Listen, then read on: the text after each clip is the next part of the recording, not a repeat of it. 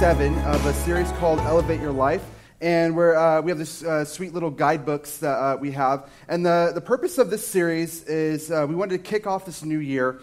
And we really wanted to make an effort, a conscious effort, to partner with the Lord in what He has for our lives. You see, many times we come into the new year and we come up with our own dreams and our own ambitions and what we want to do on our own strength and our own power. And we find out that we come up short.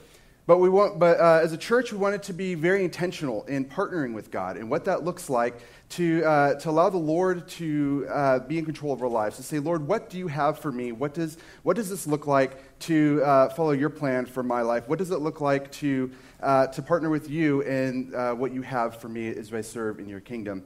So that's where we're at with Elevate Your Life, and we're looking through the book of Psalms, and we're looking through total for 8 weeks through different Psalms. And this week we are going to continue in that, and we're going to continue in the book of Psalms.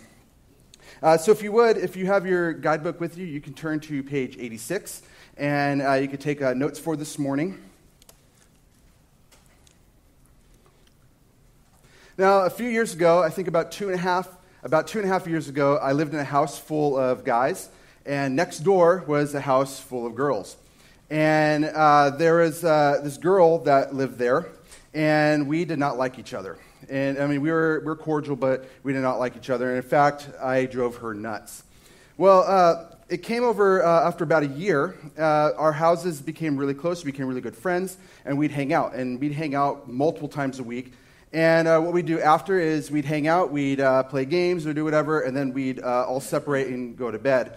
Well, I'm a night owl, so I still had some energy, so I would stay up, and I like to sit on this two-seater couch by myself, and I like to read. And that was when I did my quiet time, so I used to sit there. And this girl, her name's Jen, and she would also be up, but she was also a night owl, so she would come and sit next to me. She'd come and say, "Hey, what are you up to?"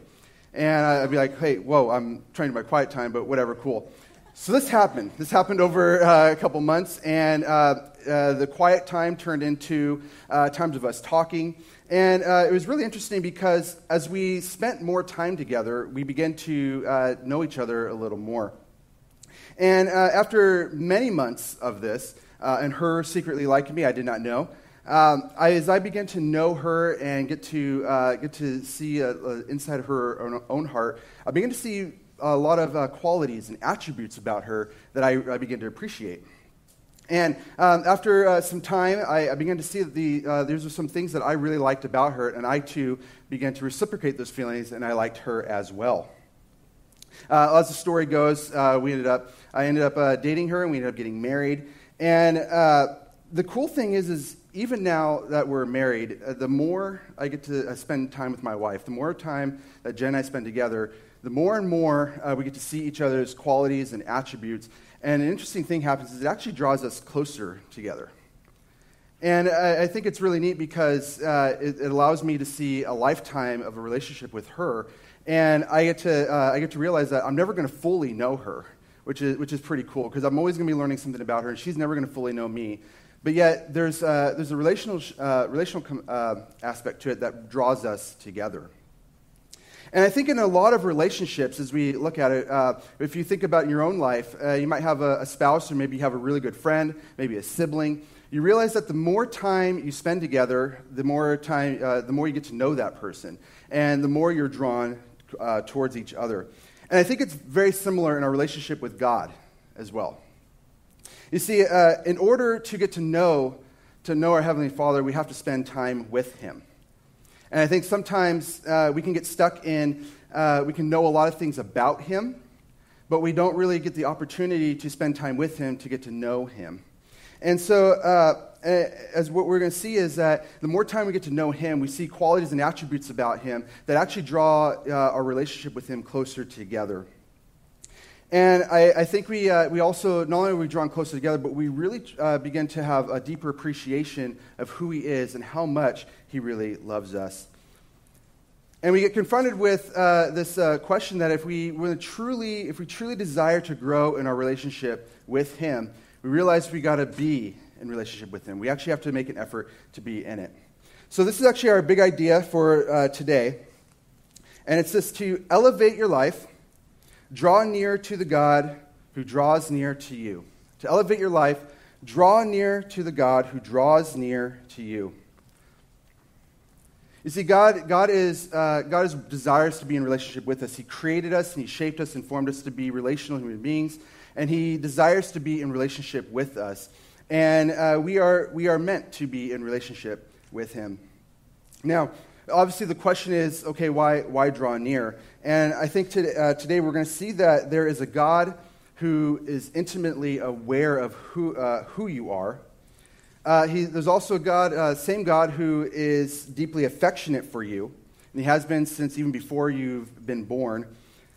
And the same God is deeply invested in you. And he wants to see you, He wants to partner with you, He wants to see you serve in His kingdom to glorify His name. And it's something that not just that He does for just by Himself, but He does it so that we can do it together. So I'm going to go encourage you to turn to Psalm 139 if you haven't already. Or you can turn to it on your app, or you can look on the screen. And as you're turning there, you're getting there, what we're going to see is that this is a relational psalm. And the psalmist is David. And he's written this to directly address God. And we see that this is a psalm of praise and worship that can be broken down into 4 parts. The first 3 parts highlight 3 of God's basic attributes, which is His omniscience, basically meaning He's all-knowing. The second part goes over His omnipresence, which means He's ever-present, He's all-present. And third, it talks about His omnipotence, which means He's all-powerful. And what we're going to see is, as the psalmist goes through these 3 attributes, we're going to see how it affects him on a personal level. And we're going to see that as he draws near to God, we're going to see how it affects him, how it affects his not only relationship, but also how it affects his heart, and how it also changes him from the inside out. So we're going to go ahead and walk through the psalm today, and we're going to see that out of this, that God desires to be in relationship with us and what that looks like. So let's go ahead, and if you want to read with me, we'll start in verse 1 in Psalm 139, or it'll be up on the screen as you follow with me. You have searched me, Lord, and you know me. You know when I sit and when I rise. You perceive my thoughts from afar. You discern my going out and my lying down. You're familiar with all my ways. Before a word is on my tongue, you, Lord, know it completely. You hem me in, behind and before, and you lay your hand upon me. Such knowledge is too wonderful for me, too lofty for me to attain. So the first thing we see from this is that God knows you from the inside out. That's the first point, is that God knows you from the inside out. He knows you better than you know you. Think about that for a moment. He knows you better than you know you. And David, the psalmist here, is addressing the fact of God's omniscience, this idea that He is all-knowing. And not that He knows all the facts and all the knowledge that the world can contain, but He knows beyond that. But He knows you, He knows me on a very intimate level. And in this psalm, we've heard it read over us by Shane, and we heard a word repeated multiple times. It's the word "know." The word "know" is repeated multiple times. In fact, it's 7 times, and it's 4 times in the first 4 verses we just read. Now, it's translated from a Hebrew word called yada, Y-A-D-A, yada. And it has a wide range of meanings, all concerning with know. And it can mean, very simplistically, it can mean to know someone, as in to recognize them. So, for instance, if you saw Donald Trump from afar, you would know that he's a president because you can recognize him from pictures and whatnot. And also there's the other end of it, to know someone, to know them intimately, to know their deep, dark secrets, to know intimate facts about them. It's like you would with a spouse or a very good friend. It's that deep, intimate knowing. Now, there's another word that's translated searched. You have searched me. And that, too, is yada. And the idea of this is that God has searched us like a detective would search a crime scene. Now, if you ever watch CSI, you know these people, forensic scientists, go in and they search the place high and low. I mean, they dust it down for fingerprints. They know the exact measurements of the room. They know everything about that crime scene inside and out. And they have spent multiple hours examining, re-examining, cross-examining, and they even take it to the lab to examine some more. They know everything there is to know about that crime scene. It's the same concept here that God knows us in that very similar way. That he not only knows us, but he has searched us, and he knows everything about us inside and out, from our deepest, darkest secrets to even our thoughts and all those intimate details about us. And there's even in this opening verses, we see that he has a perception, that even before a thought comes to our mind, that he knows it. This idea of discernment, that even before movement happens, God knows it's going to happen. It's this idea of familiarity. And for those of you that are parents, have kids, you know that sometimes when your kids are in certain situations and something happens and they respond in a certain way, and you go, "Oh, I knew you were going to do that." It's or maybe you have a good friend. Maybe you have a good friend who responds in the same way to a certain situation. You just go, "I knew you were going to do that." It's that same idea of familiarity, that you know someone so well that you know what they're going to do before they even do it. And that's that same kind of concept that God knows us in this deep and intimate way. And we see that he knows, so we can see that he knows us better than he knows ourselves. And we see that this divine knowledge that he has is far more expansive than we can even imagine. Now, as we think about this level of knowledge and intimacy that he has for us could seem quite disturbing. And think about it. And imagine if someone were to walk up to you that you don't know, all of a sudden knew your address, they knew your family members' names, they knew your first, middle, and last name, they knew your social security number, they knew your favorite ice cream. They knew these intimate details about you, which you had never shared with them. That could be very, very disturbing. It can be kind of shocking. And one commentator says that God can seem like this oppressive, all-seeing eye big brother in George Orwell's classic 1984. And I think it can seem like that, especially if we don't know God. If we don't actually have a relationship with him having all this knowledge and having all this information on us can seem quite oppressive. It can seem like he's a big brother waiting for us to make a mistake so he can strike us down. However, for David, the psalmist, we see quite the opposite reaction.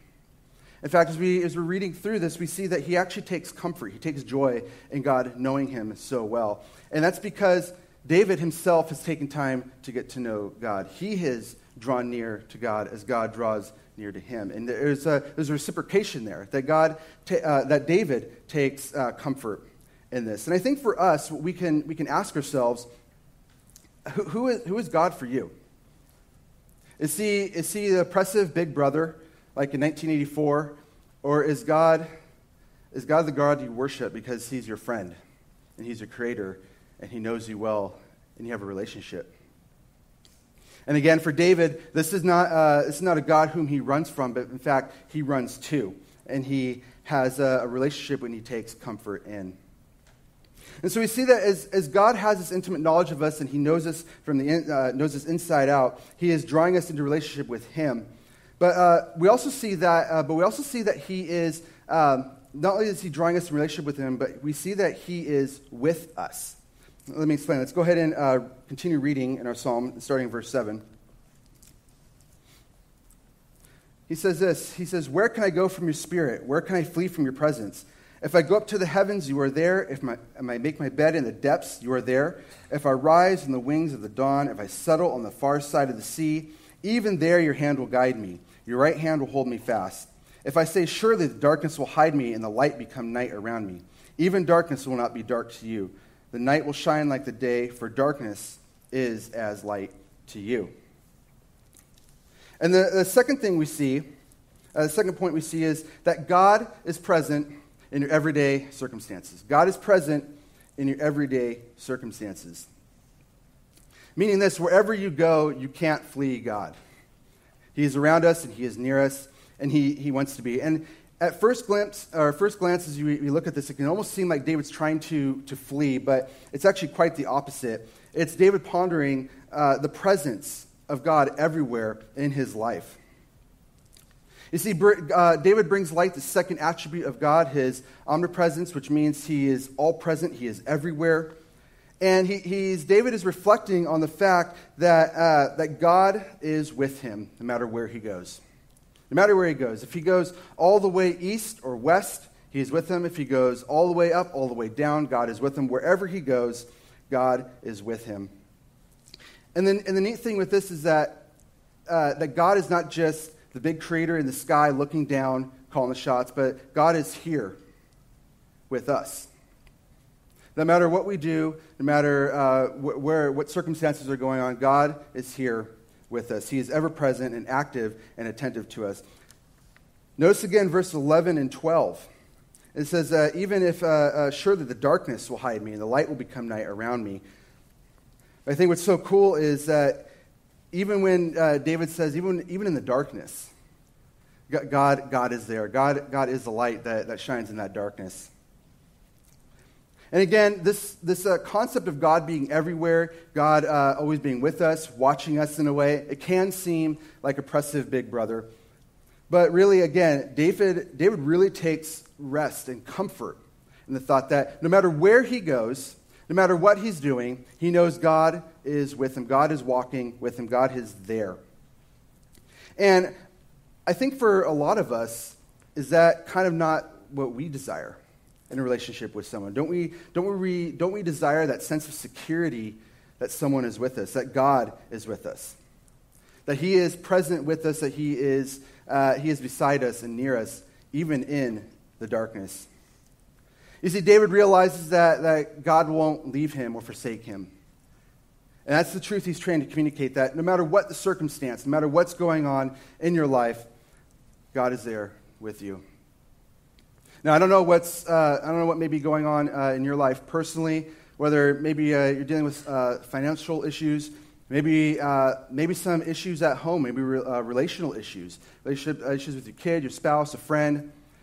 Maybe for some young adults, homework is just a huge. It's overloading and it's just insane. Maybe life is just spinning out of control. But here's the thing: is David takes comfort in knowing that God is with him. He's with him. So, what is that for you? Do you truly believe that God is with you? Do you take comfort in the fact that he is your security blanket in a lot of ways? That He is with you. He's walking with you, no matter no matter what you're going through. And not only do we see that He's with us, but He's also involved in our lives. He's also involved in our lives. Let's continue reading verse 13. David writes this, "For you created my inmost being. You knit me together in my mother's womb. I praise you because I'm fearfully and wonderfully made. Your works are wonderful. I know that full well. My frame was not hidden from you when I was made in the secret place, when I was woven together in the depths of the earth. Your eyes saw my unformed body. All the days ordained for me were written in your book. For before one of them came to be, how precious to me are your thoughts, God. How vast is some of them. Were I to count them, they would outnumber the grains of sand. For when I'm awake, I am still with you." And the third thing that we see from this passage is that God is your architect. God is your architect. And what I mean by this is that He has been involved in your life since the very beginning, even before you were made. And David is really highlighting a third attribute of God, and that is His omnipotence, meaning He's all-powerful. So not only has God created the heavens and the earth, not only has He created the stars and the universe, not only has He created all these big, crazy, cool things, the mountains and everything, but He's uniquely designed each and every one of us. David says there's this idea that God has crafted him. He's recognized that he is uniquely made. Look at the language that David says. He says, "You created me. You knit me together. I am fearfully and wonderfully made." Yeah, in verse 15, he says that he was woven from the depths of the earth. And this is, if you recall, in Genesis 1 and 2, when God made Adam out of the dust. It's this idea that he was formed. And not that he was just made and spoken into existence, which is a neat thing in itself, but that God fashioned him like an artisan would craft a sculpture. And it's this idea that each and every one of us is a work of art, that there is purpose and intention to the way our personalities are and the way that we are made.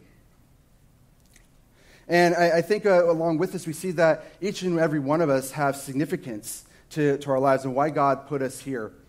And it's not just this idea of our bodies being formed, but our very soul. Our very soul was crafted by Him. And some people would call this idea like a soul print. And it's not just who you are now, but it's this idea of who God has made you to be, even in the future tense. So it's just kind of both playing together. And it's something that, it's not that what people see on the outside, but really what's happening on the inside, how God has shaped and formed us so that we are created to serve Him in His kingdom and worship Him. You see, the psalmist recognizes that he is fearfully and wonderfully made, that he has purpose and intent here when he was on the earth. And for him, that was for him to rule a kingdom. He was a king, and also he was a worship leader. And he wrote many psalms. He wrote many of the psalms in our Bible. That was his purpose. And I think for us, what have you ever given thought to what your purpose is here on earth? Have you ever given thought to that you have been created for a purpose? But here's the thing, that unless we spend time with God and we draw near to Him, how are we going to know what His purpose is for us? I think it's a two-way thing. You see, it's not just walk up to a wall and He has a lineup of who you are, and He says, okay, well, Mike D, you're this, and Tyler, you're this. And no, it's not that. It's out of relationship that He reveals to us what He has for us. And what about you? What has God crafted you to do? How has He crafted you to serve Him? Now, we see that in the first 3 quarters of the psalm, David talks about these attributes and how he is known and how he is intimately known, how God is with him, how even he has purpose on this earth. And all of a sudden, we have this turn. All of a sudden, David's wanting to slay the wicked, and all of a sudden, he's wanting to go out, and it seems like he just wants to rampage and get rid of evil people. And it seems really random. But really what we're seeing here, we're seeing that as David has a relationship with the Lord, it actually has a profound impact on who he is, and it shapes his own character. Let's go and read verses 19. Start there. If only you, God, would slay the wicked. Away from me, you who are bloodthirsty. They speak of you with evil intent. Your adversaries misuse your name. Do I not hate those who hate you, Lord, and abhor those who are in rebellion against you? I have nothing but hatred for them. I count them my enemies. You see, it seems kind of awkward, but here's the truth.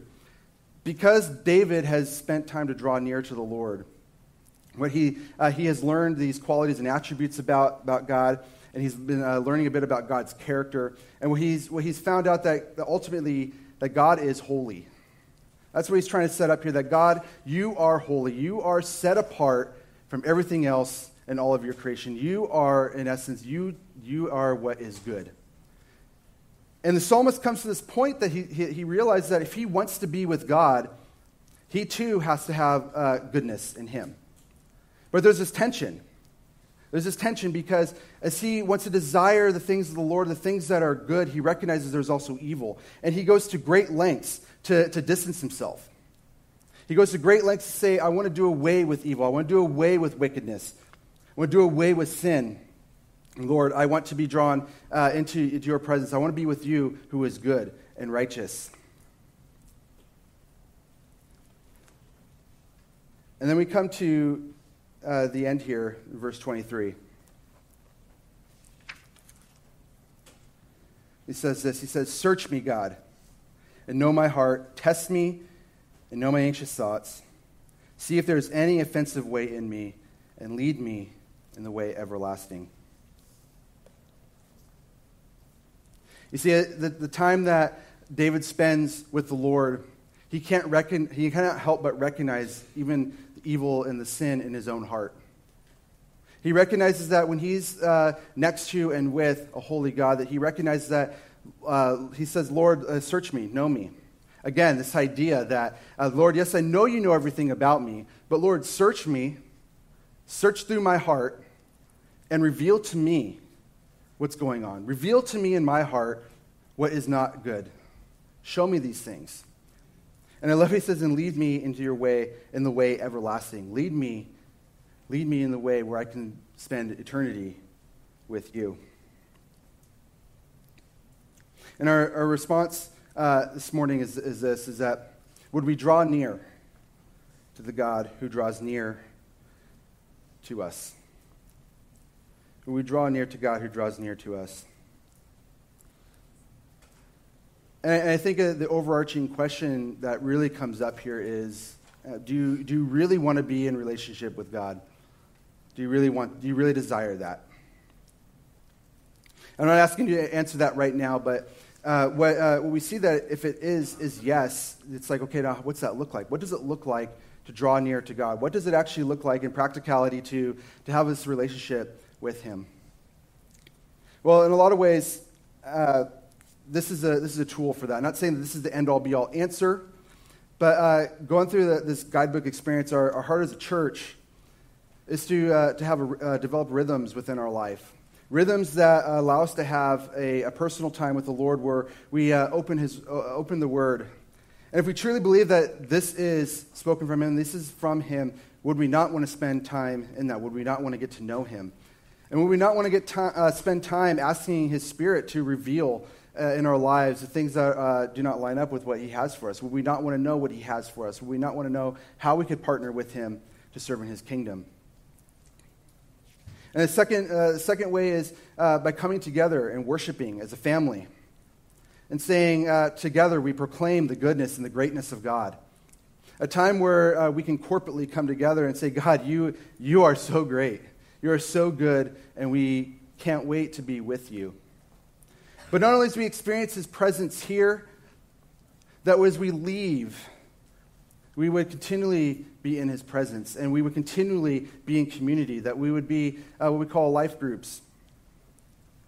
And the point of that is to be in relationship with each other so that we can become like Jesus together, so that we can encourage each other, so we can pray for one another, so we can see that each other is looking more and more like Jesus each and every day. It might not be big steps, it might be really tiny things, and sometimes we're going to notice that people really annoy us in our groups. You laugh. It's probably because it's me. I'm probably the one that annoys you. Sorry. Here's the thing. The point of these groups and being in community together is to become like Jesus together. That's the whole point. That at the end of the day, that as we leave, that we see that each one of us reflect a little more of God's glory each and every day. And again, this whole series is wrapped around, instead of having our own goals and our own ambitions for our life, that we would take a step and say, Lord, I want to partner with you. I want to be in a relationship that's so close to you that I can't help but look like you. And that we would do this together. We do it individually and corporately, that we do this together. And that's our heart here at Beachpoint, that we would grow and become more like Christ together. So as we respond this morning, I want to ask you to boldly pray, verses 23 and 24.